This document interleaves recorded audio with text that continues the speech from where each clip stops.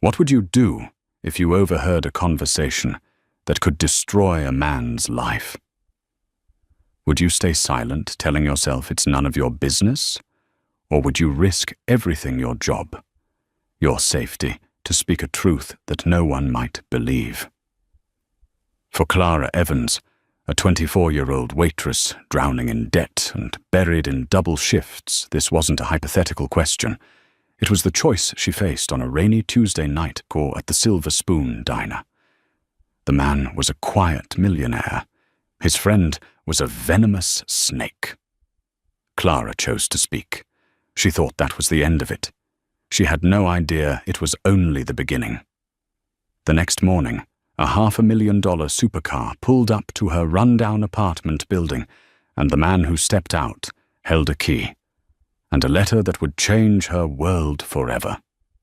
The Silver Spoon Diner was Clara Evans's universe. It wasn't a large universe, nor was it a particularly pleasant one. It was a small galaxy of chipped formica tables, cracked red vinyl booths, and a perpetual aroma of burnt coffee and frying bacon. For 10 hours a day, 6 days a week, Clara orbited this galaxy, her feet aching, her smile a carefully constructed mask she put on with her apron. At 24, her life was a ledger of debts she hadn't personally incurred.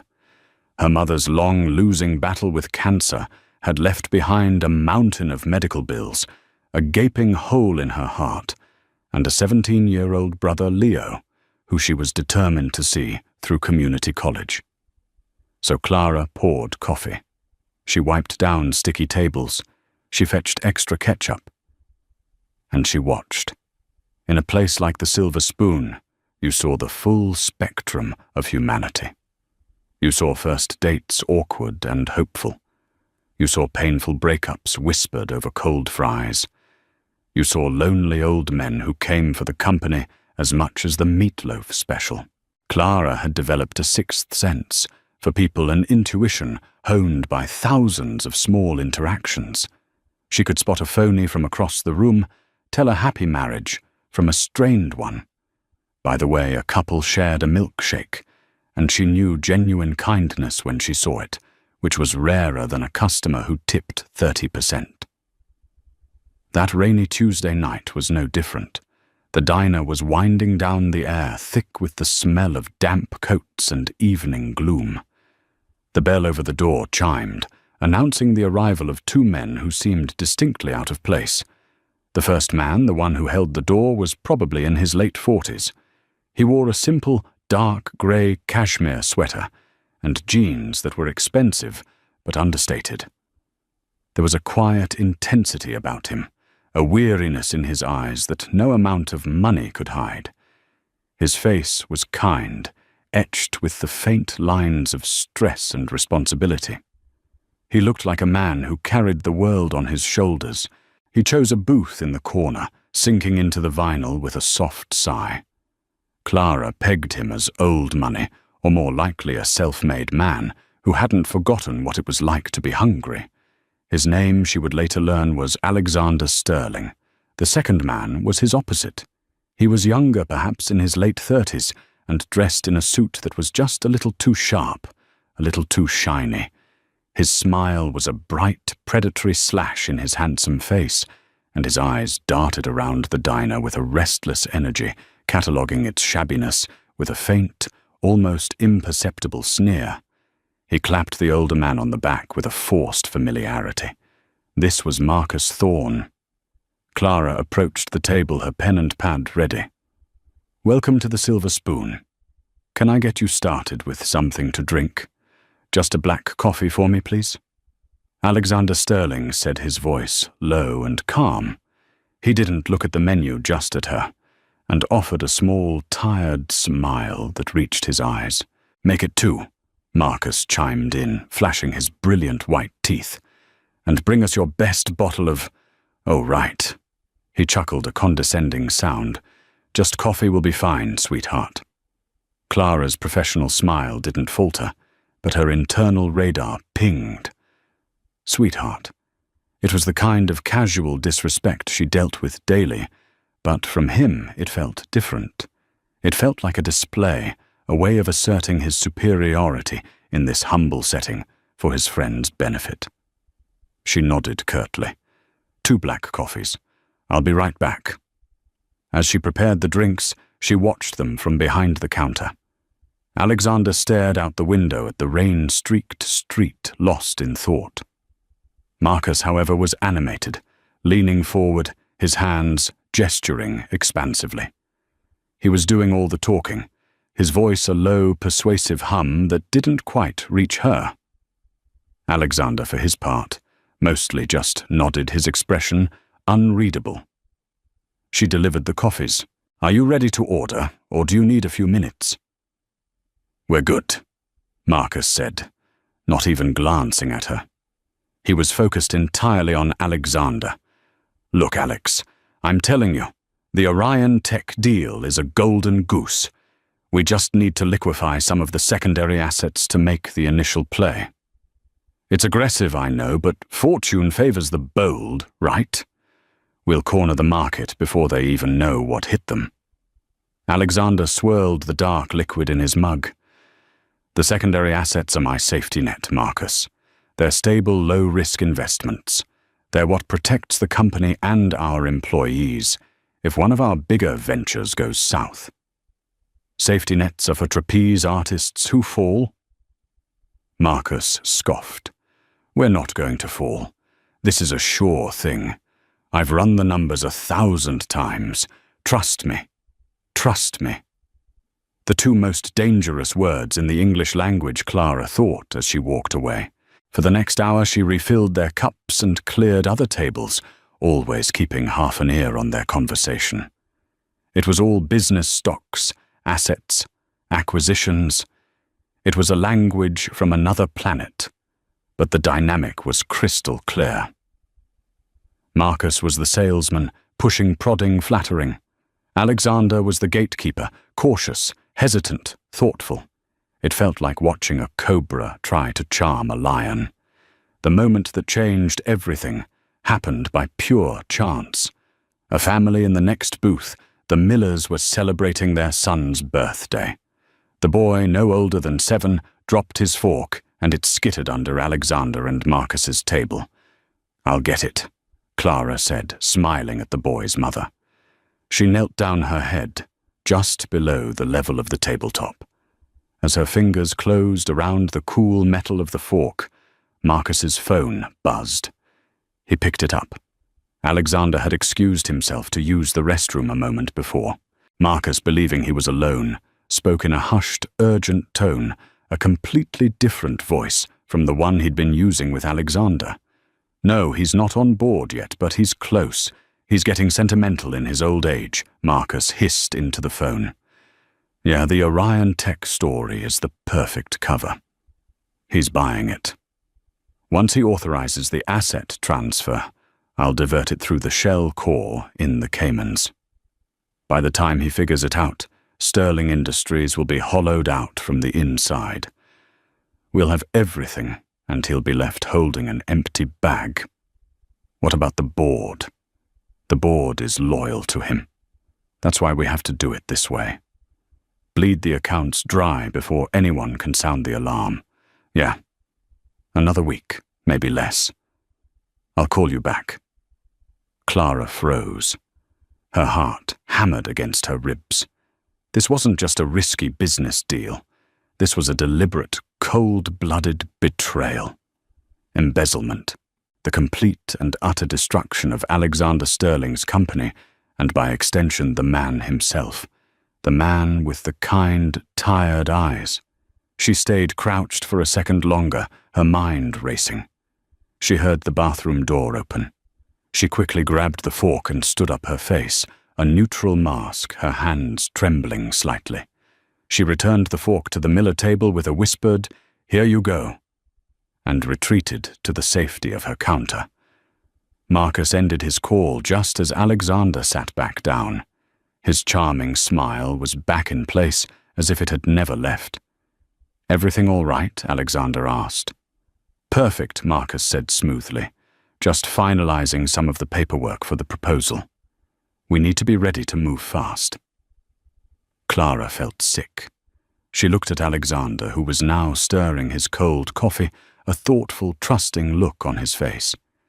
He was about to walk off a cliff, and the man pushing him was sitting right across from him, smiling. Her shift was ending in 10 minutes. Her mind was a battlefield. Say nothing, one part of her screamed. "It's not your business. These are rich people problems. You have your own to worry about. You could lose your job. This guy Marcus looks dangerous. He could make your life hell." "But look at him," another voice whispered. "Look at that man's face. He seems like a decent person. Can you live with yourself, knowing you let this happen? Knowing you stood by and watched someone's life get ripped apart because you were scared?"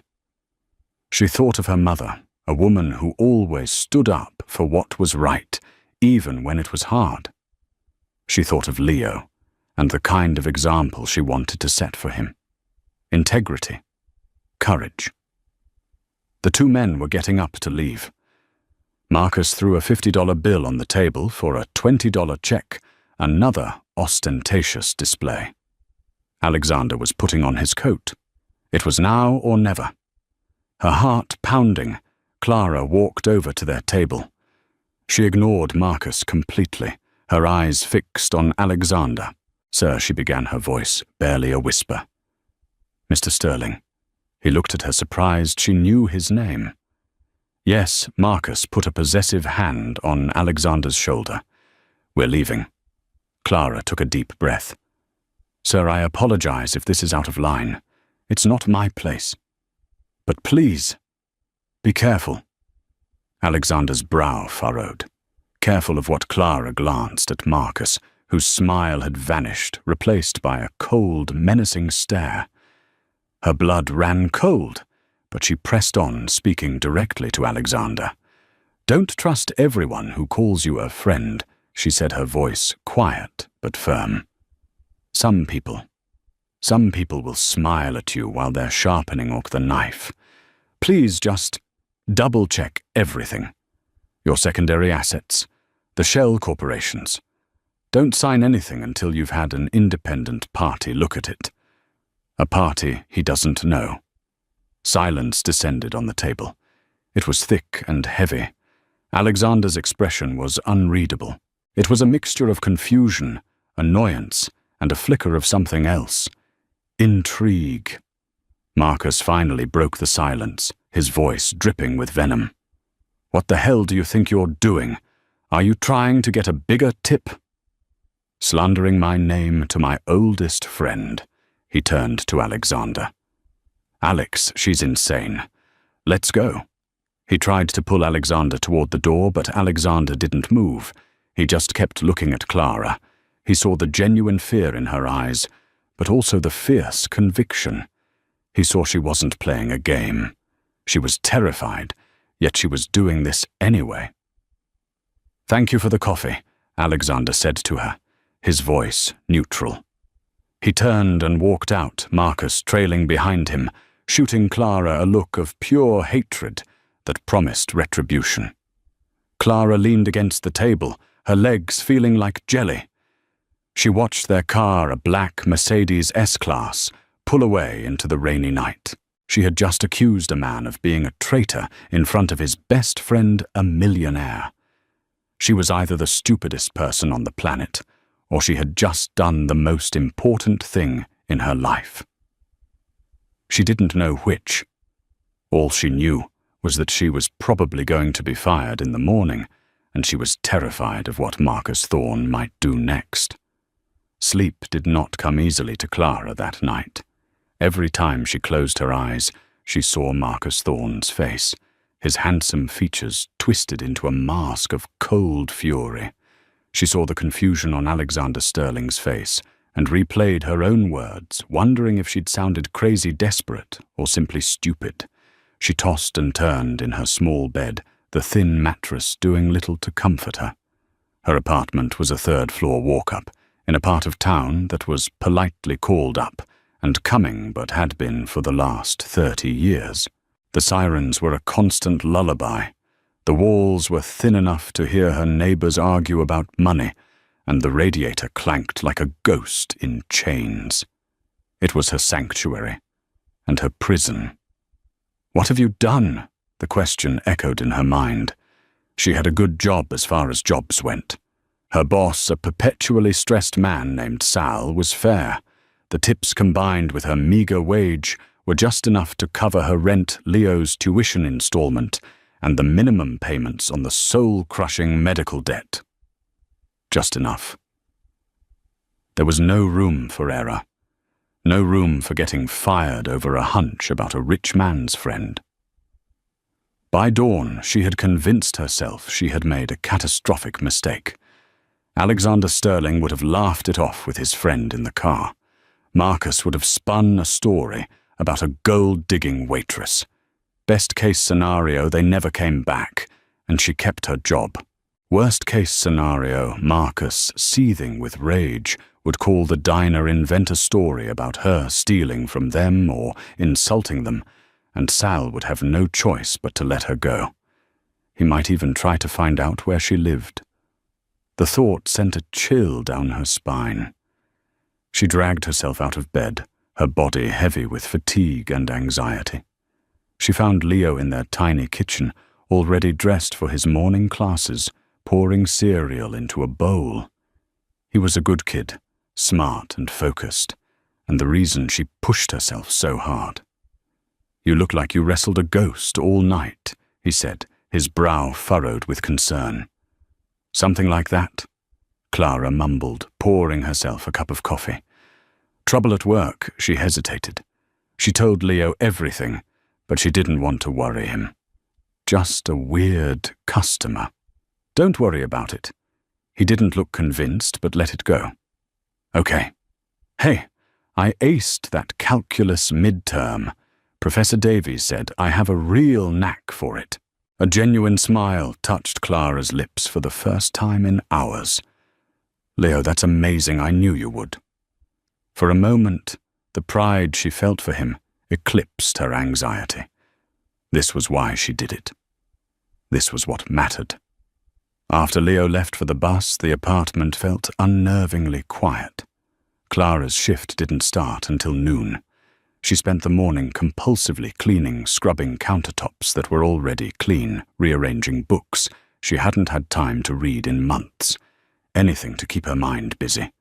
Every time a car rumbled down the street, her stomach clenched.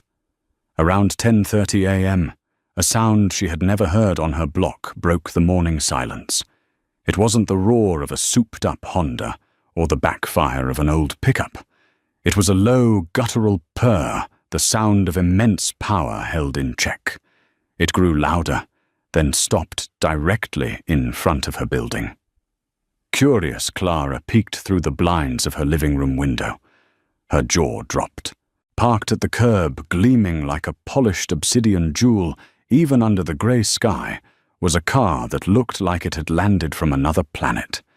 It was an Audi R8, low-slung, impossibly wide, with aggressive lines that screamed speed and wealth. It was so out of place on her run-down street that it looked like a special effect. Neighbors were already starting to gather on their porches, pointing and staring. Clara's heart began to pound a frantic rhythm against her ribs. Coincidence. It has to be a coincidence. Someone's visiting someone. Someone got lost. But then the driver's side door swung upward with a silent, dramatic hiss. A man in a crisp black suit and sunglasses, looking more like a Secret Service agent than a chauffeur, stepped out. He scanned the building numbers, his eyes settling on hers. He walked to the trunk, which popped open electronically, and then he started walking towards her front door. Clara backed away from the window, her mind blank with shock. This couldn't be happening. Was it Marcus? Was this some kind of insane intimidation tactic to send a car this extravagant to show her how out of her league she was?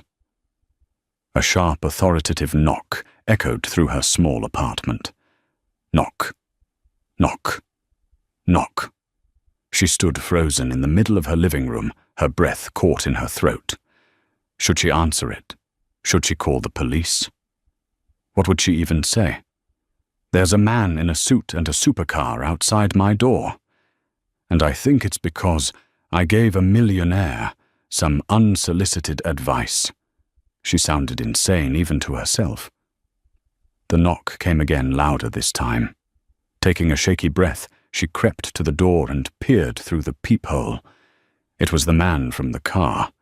He was holding a small black velvet box and a thick cream-colored envelope. He didn't look threatening, just professional, impassive. With trembling hands, she unlatched the deadbolt and opened the door a few inches, the security chain still in place. "Clara Evans?" the man asked. His voice was deep and devoid of emotion. "Yes," she managed to squeak out. "My name is Arthur. I'm Mr. Sterling's personal driver. He asked me to deliver this to you." He held out the box and the envelope. Clara stared at them, then back at his impassive face. "Mr. Sterling, Alexander Sterling." "Yes, ma'am." Her mind reeled. This wasn't Marcus. This was from him. She slowly undid the chain and opened the door. The man, Arthur, simply placed the items into her hands. His touch was brief and professional. What is this?" she stammered, looking from the box to the car and back again. The contents of the envelope will explain everything Arthur said. He then produced a single, sleek car key from his pocket, the Audi logo prominent on its face, and placed it on top of the envelope. "The car is also for you, Miss Evans.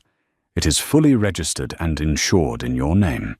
The title and documents are in the glove compartment." Clara felt the world tilt on its axis. The car. "For me, no, there has to be a mistake. This is insane. The car was worth more than everything she and everyone she knew owned combined times 10. "There is no mistake," Arthur said, calmly. "Mr. Sterling was very clear.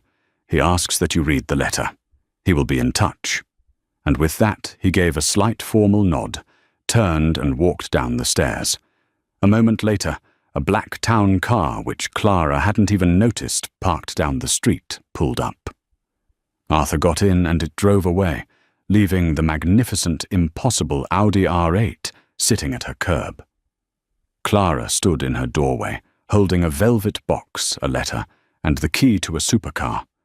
The entire street was now openly staring. She felt 100 pairs of eyes on her, a mixture of awe, confusion, and envy. She stumbled back inside, slammed the door shut, and leaned against it, her legs finally giving out. She slid to the floor, her gaze fixed on the objects in her hands. Her world had been predictable if difficult. It had rules she understood. This was not part of those rules. This was a lightning strike, and she had no idea if it was a gift from the heavens or the beginning of a storm that would tear her life apart. Her hand shaking, she reached for the envelope. Clara sat on her worn floral sofa, the thick cream envelope feeling heavy and portentous in her lap. The velvet box and the car key lay on the cushion beside her alien artifacts in her familiar world.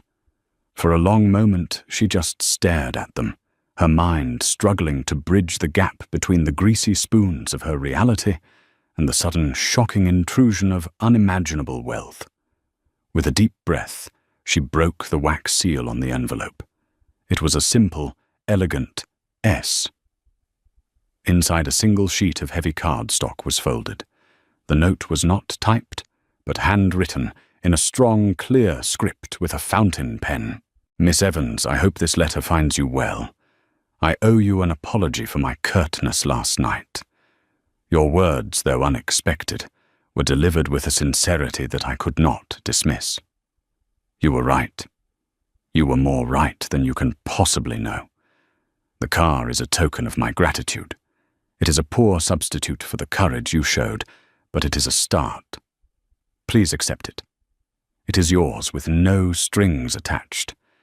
However, I must ask for one more moment of your time. Your perceptiveness is a rare quality, and I find myself in a situation where such a quality is invaluable. I have a car service waiting for you at the address below tomorrow morning at 9 a.m. sharp.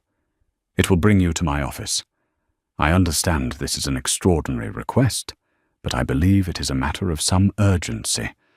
I need to understand what you heard, and I need to explain what you have stepped into. The address is Sterling Tower, 1100 Park Avenue. Arthur, my driver who delivered this, will be your contact. His number is enclosed. Please be safe. Yours sincerely, Alexander Sterling. A business card with Arthur's name and number was clipped to the letter. Clara read the letter 3 times. No strings attached, he'd said, right before, attaching a very large, very intimidating string, a summons to the heart of his empire. Sterling Tower. She knew the building. It was a gleaming steel and glass monolith that scraped the sky, a symbol of corporate power she only ever saw from a distance. She opened the small velvet box. Inside, nestled on a bed of black satin, was a brand-new smartphone, the latest, most expensive model. A small note beneath it read, "For your security." It's on a private, encrypted network. Only Arthur's number is programmed in. Please use this to contact him. This was getting more surreal by the second, and more frightening. What you have stepped into. The words sent a shiver of dread through her. This wasn't just about a bad business deal anymore. The burner phone, the warning to be safe. It implied danger. Real danger. Marcus Thorne was not a man who would take exposure and humiliation lying down. Her first instinct was to say no, to take the car, how could she not, and disappear. Sell it, pay off the debts, move her and Leo to another state, and start over. It was a fantasy she had entertained on her darkest nights, and here it was handed to her on a silver platter. But then she read the letter again. You were more right than you can possibly know. He had confirmed her suspicions. The betrayal was real, and her warning had, it seemed, set events in motion. She was a part of this now, whether she liked it or not. Running felt like leaving a job half finished. It felt cowardly. She called Leo. You are not going to believe what is parked outside our building, she said, her voice shaky. She explained everything, the men in the diner, the overheard conversation, her warning, and the unbelievable arrival of the Audi R8 and the letter. Whoa, slow down, Leo said, his voice a mix of shock and excitement. An Audi R8. Are you serious, Clara? Like a real one, dead serious, Leo. It's sitting out there like a spaceship. And this guy, this millionaire, just gave it to you. And a phone. And he wants to meet me. Tomorrow, at Sterling Tower. There was a pause on the other end of the line. The excitement in Leo's voice was replaced by the same worry she felt. Clara, this is crazy. This Marcus guy sounds dangerous. Maybe you shouldn't go. He said he needs to explain what I've stepped into. He said to be safe.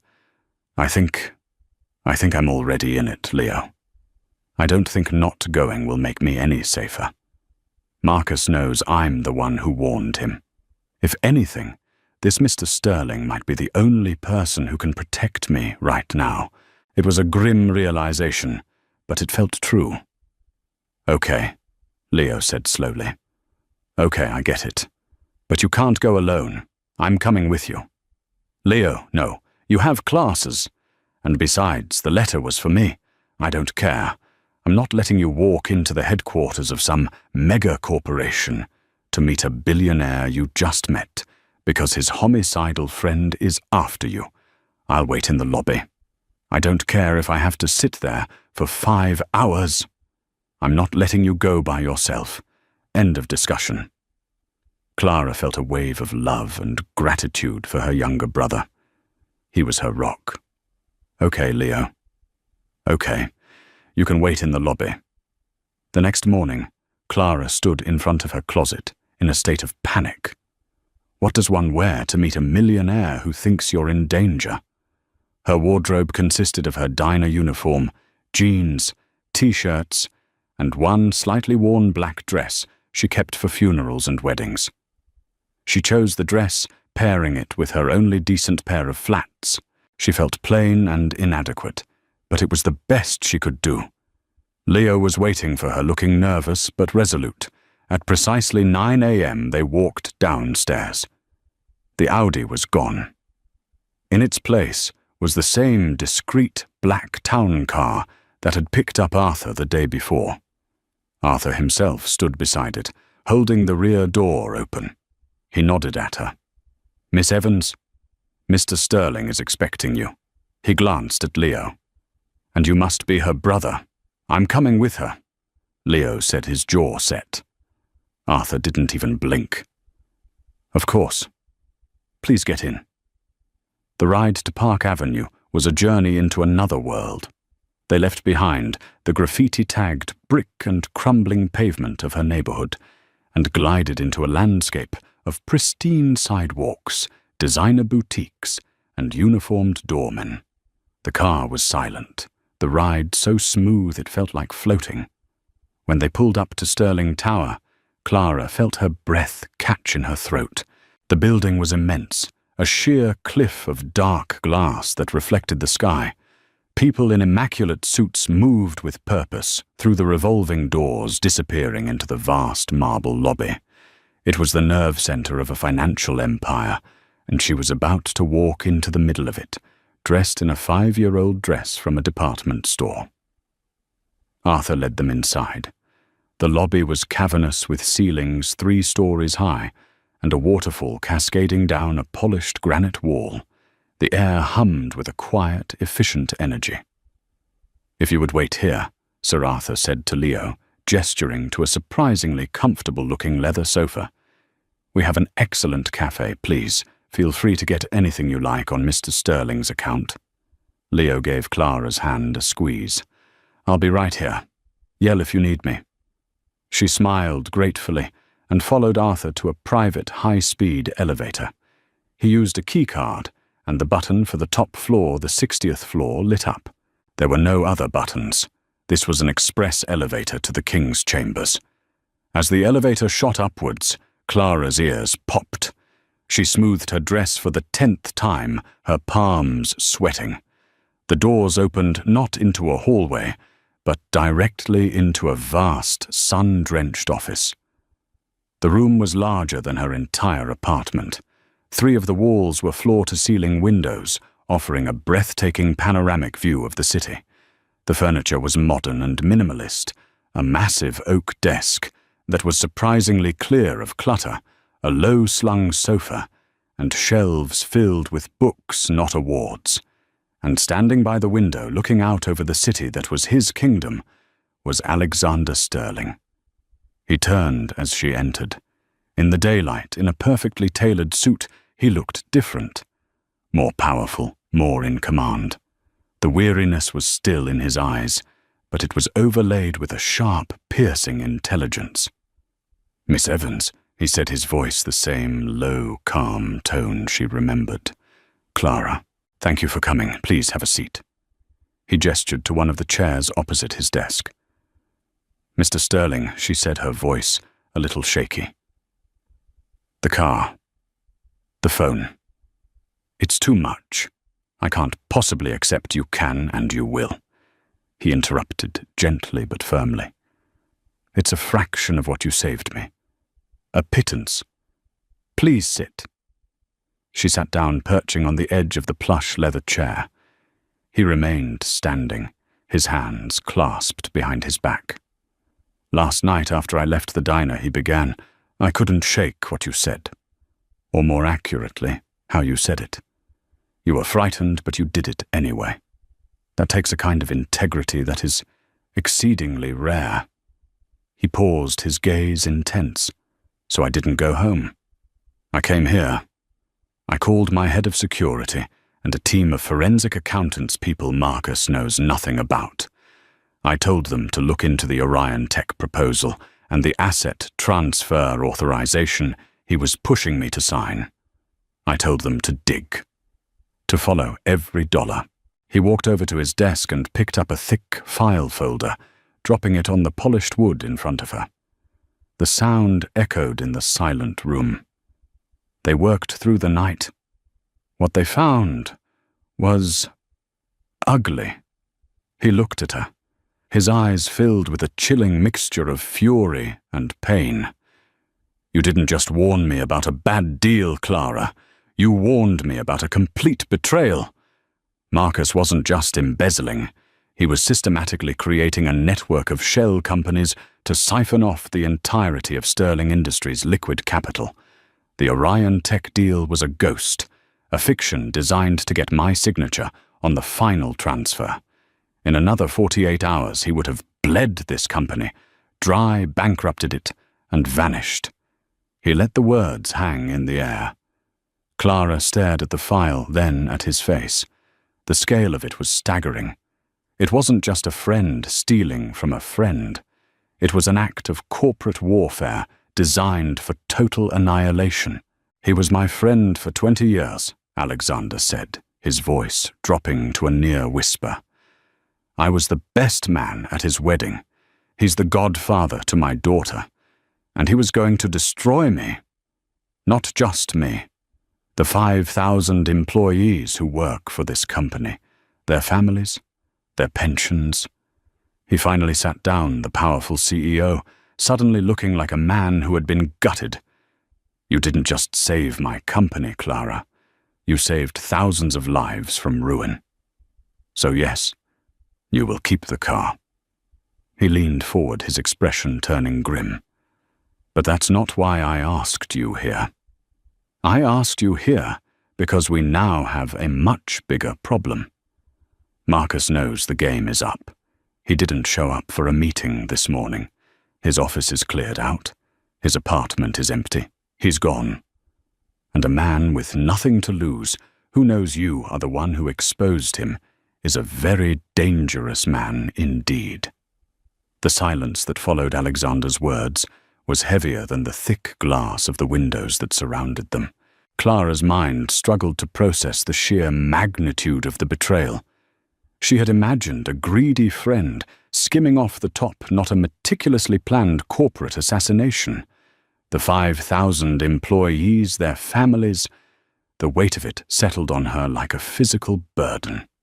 She had been the tiny random domino that had stopped a catastrophic chain reaction. "He's gone," she finally whispered, her voice hoarse. "Vanished," Alexander confirmed, his tone grim. "He's a smart man, and he's been planning this for a long time. He would have had exit strategies, new identities, offshore accounts we haven't found yet. He's in the wind." But before he disappeared, he made one call. Alexander slid a single sheet of paper across the desk. It was a transcript from his office's security logs. A call had been placed from Marcus's office phone at 5:17 a.m. to a blocked number. The call lasted only 10 seconds. The audio had been enhanced. The transcript read, "Marcus, the diner waitress. Find her. Make it hurt." Clara's blood turned to ice. It was one thing to see the hatred in Marcus's eyes. It was another entirely to see it written in black and white, a cold clinical order for violence. Her world, which had already tilted, now felt like it was in a free fall. She thought of Leo waiting downstairs in the lobby, completely oblivious. The thought of Marcus's malice touching him made her feel a surge of protective fury so intense it almost choked her. "He knows," she breathed. "He knows it was me. He knows someone at the diner warned me." Alexander corrected her, though it was little comfort. "He would assume it was you. You were the one who spoke to me. Clara, I am deeply, profoundly sorry for bringing this danger to your door. When I sent Arthur to you yesterday, it wasn't just to deliver a gift. It was to get you out of that apartment and into a place of safety. That car wasn't just a thank you. It was a lure to bring you here, where you would be secure. The revelation was a small shockwave. The car, the phone, they were tools, measures of protection disguised as extravagant gifts. It was calculated, but it was also considerate. He hadn't just thrown money at the problem, he had thought about her security. The first thing we did this morning was send a discreet security team to your neighborhood, he continued. Your brother was watched from the moment he left your building. He is safe. They will remain with him until this is over. You, however, cannot go back to your apartment. It's the first place Marcus would look. The finality in his voice was absolute. In the space of a day and a half, she had become a person who needed a security detail. She had lost her home. She leaned back in the chair, feeling a wave of dizziness. What happens now? Now Alexander said, his voice hardening, shifting from victim to strategist. We fight back. My security chief, a man named Robert Maxwell, is one of the best in the business, former MI6. He and his team are already working with federal authorities. We're tracking financial transactions, monitoring airports and private airstrips, and putting out feelers through international intelligence networks. We will find him. He opened the thick file folder he had dropped on the desk earlier. But to build the airtight case against him to ensure he is put away for a very long time, we need to understand every move he made. We have the data, the forged documents, the transaction logs, the secret communications. But it's a mountain of information.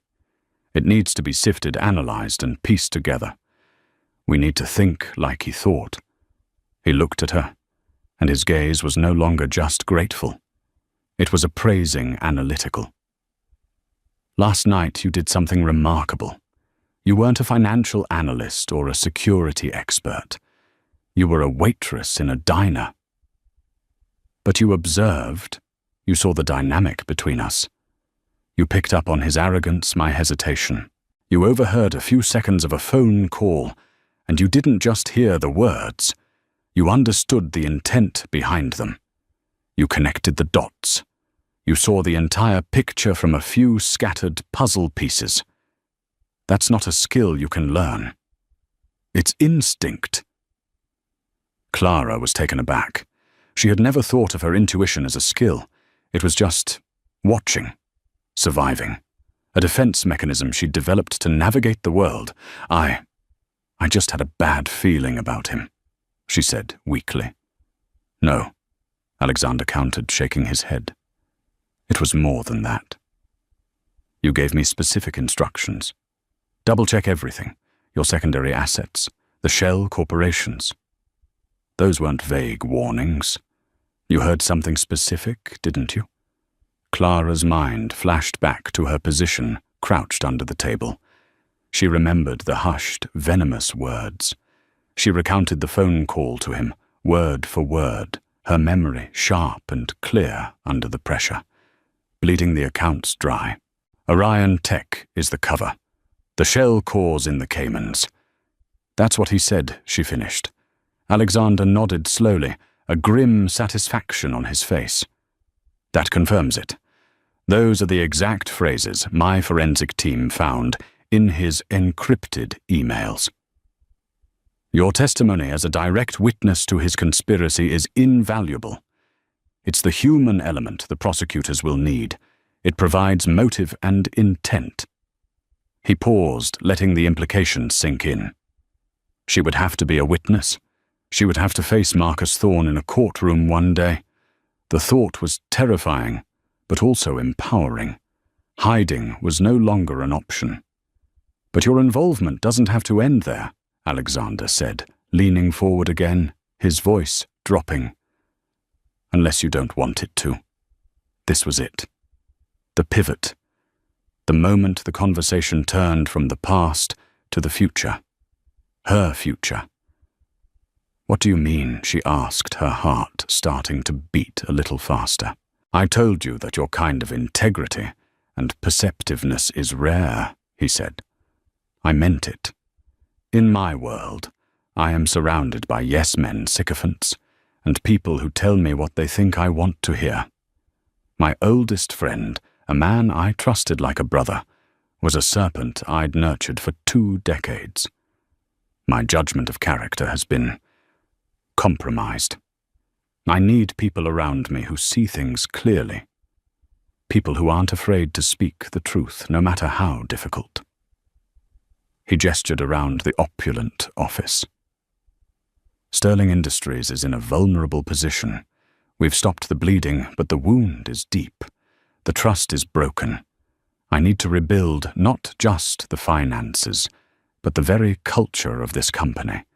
I need to root out anyone else who might have been complicit with Marcus, anyone whose loyalty is for sale. His eyes locked onto hers, and there was an intensity in them she had never seen in anyone. I have a proposition for you, Clara. It's unorthodox, I admit. But these are unorthodox times. I want to offer you a job. A job.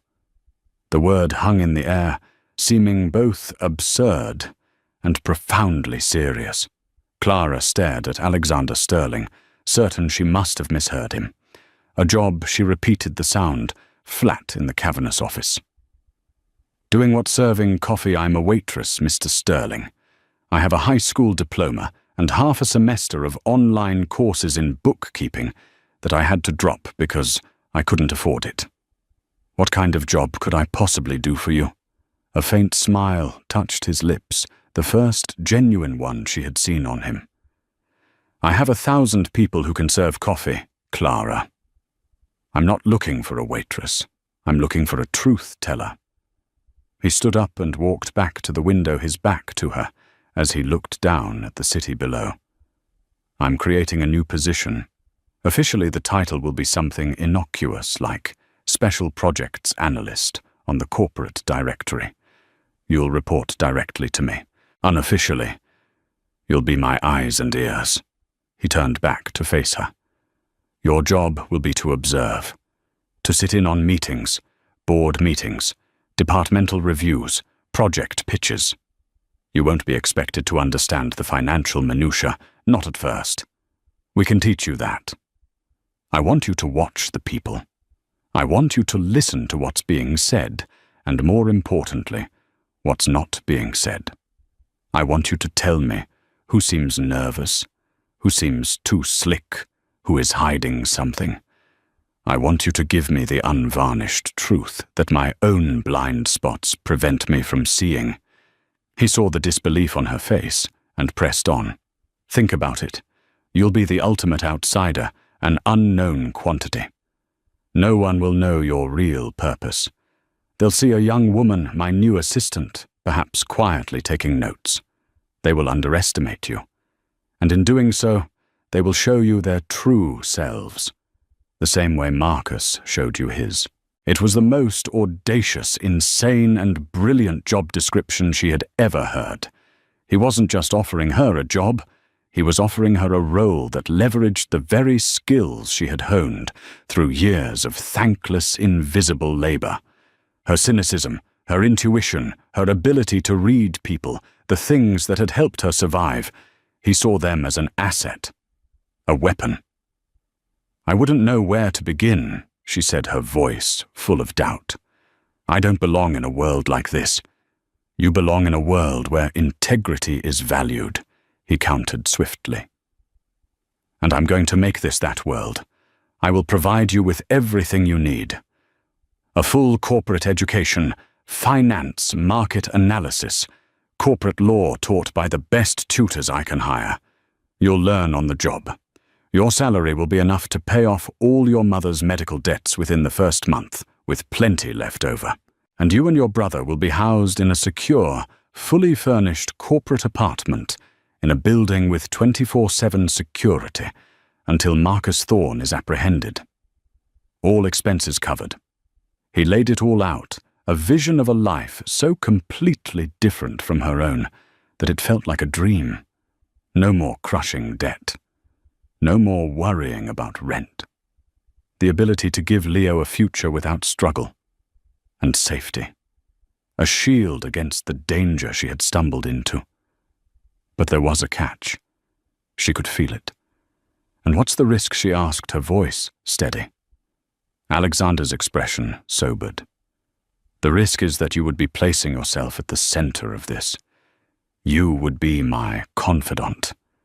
If Marcus has anyone else on the inside, you would become a target. This isn't just an office job, Clara. In a way, it's a form of intelligence work.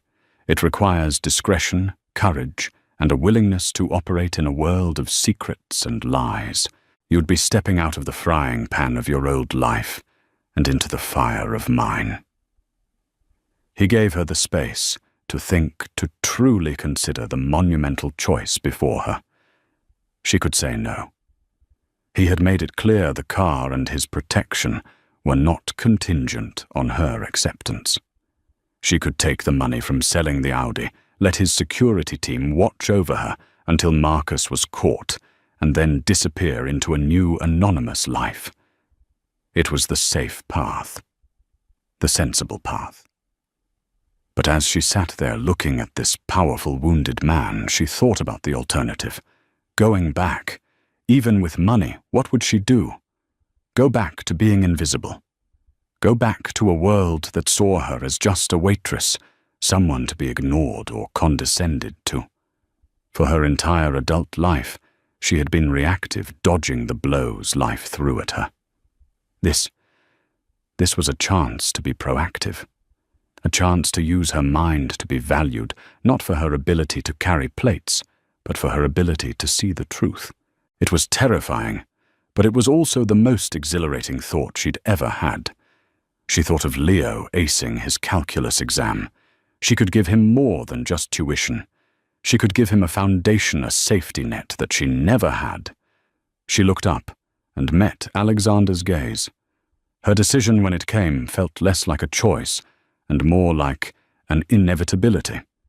It was the same feeling she'd had in the diner when she decided to speak up. A quiet, firm click of something falling into place. "Okay," she said, her voice clear and strong. "I'll do it."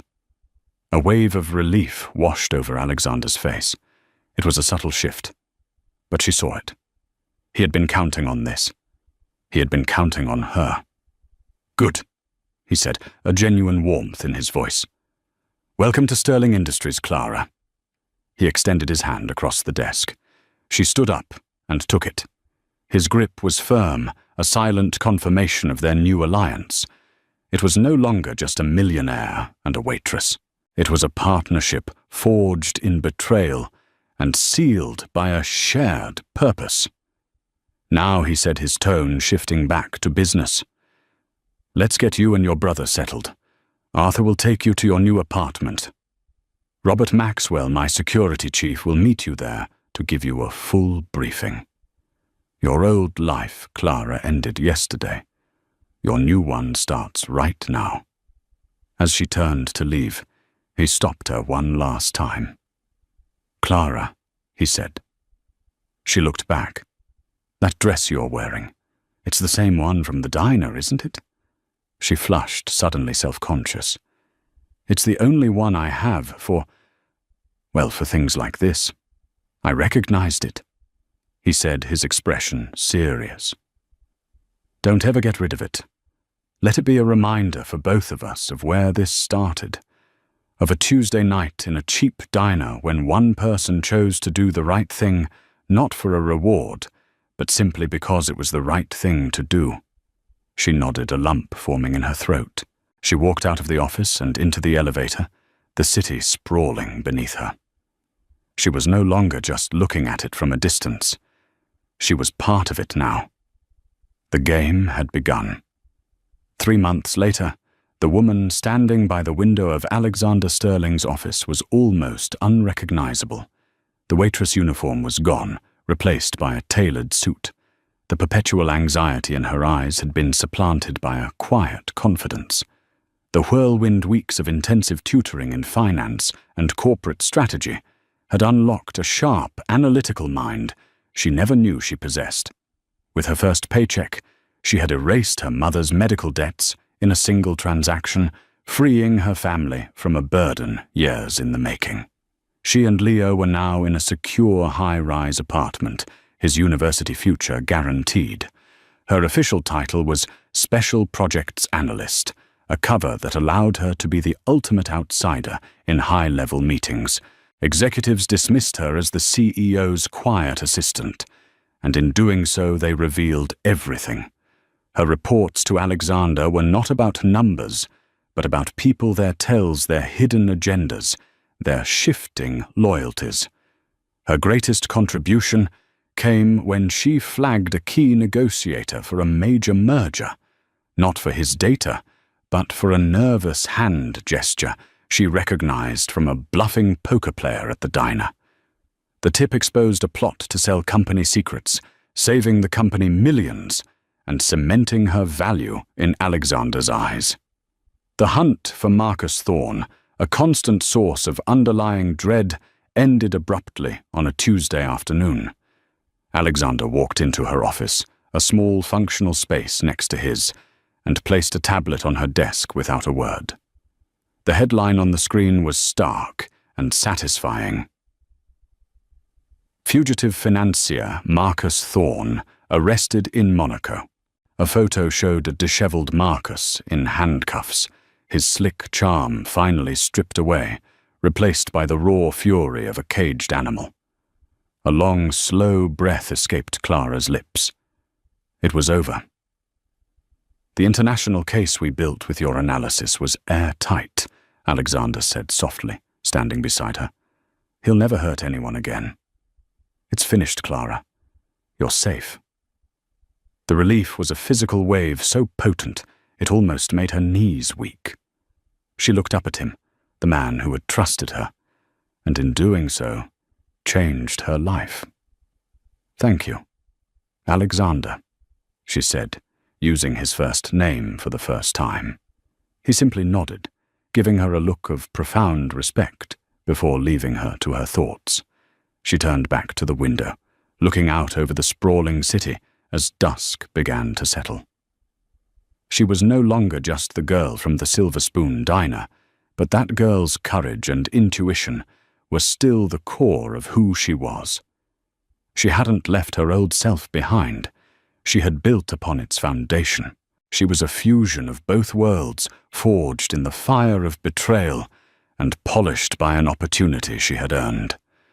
Her new life was just beginning, a life born not from luck, but from a single terrifying choice to do the right thing. And as she watched the city lights begin to glitter, she felt no regret, only the quiet, powerful hum of a future she was ready to build. And that's the incredible story of Clara Evans, a woman whose life was completely transformed, not by a winning lottery ticket or a lucky break, but by a single act of courage. It's a powerful reminder that the choices we make, even the small, terrifying ones, can have ripple effects we can't possibly imagine. Clara saw an injustice about to happen and refused to be a bystander. She risked everything and in return gained a future she never knew was possible. What would you have done in her shoes? Would you have stayed silent? Or would you have spoken up? Let me know your thoughts in the comments below. It's a tough question, and there's no single right answer, but it's one worth thinking about.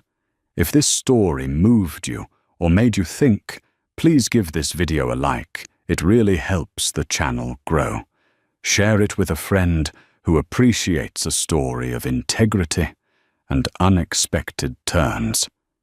And most importantly, if you haven't already, hit that subscribe button and ring the notification bell so you won't miss our next real-life drama. Thank you for listening, and we'll see you in the next story.